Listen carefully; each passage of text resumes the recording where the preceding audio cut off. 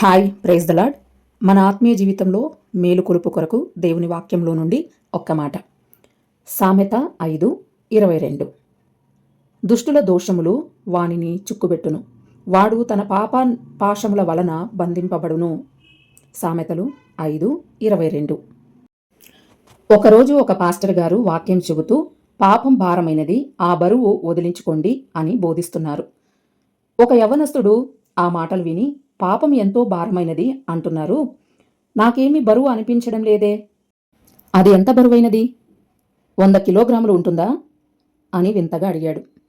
లేదా 1 టన్ను ఉంటుందా అని అడిగాడు. అందుకు ఆ పాస్టర్ గారు, బాబు, ఒక శవం మీద 100 కిలోగ్రాముల బరువు ఉంచితే ఆ శవానికి బరువు తెలుస్తుందా అని అడిగాడు. ఆ యవనస్తుడు తెలియదు అన్నాడు. అయితే 1 టన్ను బరువు ఉంచితే తెలుస్తుందా అన్నాడు ఆ పాస్టర్ గారు. దానికి ఆ యవనస్తుడు, చచ్చిన శవానికి బరువు ఎలా తెలుస్తుంది అన్నాడు. అప్పుడు పాస్టర్ గారు మాట్లాడుతూ, మనము అపరాధములతోనూ పాపముల చేతను చచ్చిన వారమై ఉన్నప్పుడు పాపభారం తెలియదు నాయనా. క్రీస్తు దగ్గరకు రా, ఆయన నీకు జీవమిస్తాడు.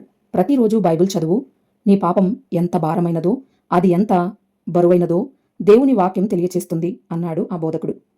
బైబిల్ ఇలా చెప్తుంది, మీ అపరాధముల చేతను పాపముల చేతను మీరు చచ్చినవారై ఉండగా ఆయన మిమ్ములను క్రీస్తుతో కూడా బ్రతికించెను. ఎఫెసీలకు రాసిన పత్రిక 2వ అధ్యాయము 1వ వచనం.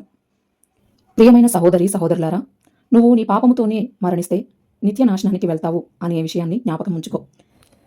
కనీసం ఈ రోజైనా దేవుని సన్నిధిలో నీ పాపములు ఒప్పుకొని వాటిని విడిచిపెట్టు. ఈ భూమి మీద ఎంతకాలం జీవిస్తామో, ఎప్పుడు రాలిపోతామో తెలియదు. జీవితం మనది. ఈరోజు దేవుడు నీతోనే మాట్లాడుతున్నాడు. ఆయన నీ పాపములను క్షమించి నిన్ను రక్షించడానికి నీ కొరకు సిలువలో ప్రాణం పెట్టాడు. యేసయ్య ఎదురు చూస్తూ ఉన్నాడు. వచ్చిన ఈ అవకాశాన్ని సద్వినియోగం చేసుకుంటావో, లేక అవిధేయత చూపించి దేవునికి దూరంగా ఉంటావో ఆలోచించుకో. Praise the Lord. Amen. Thank you for watching.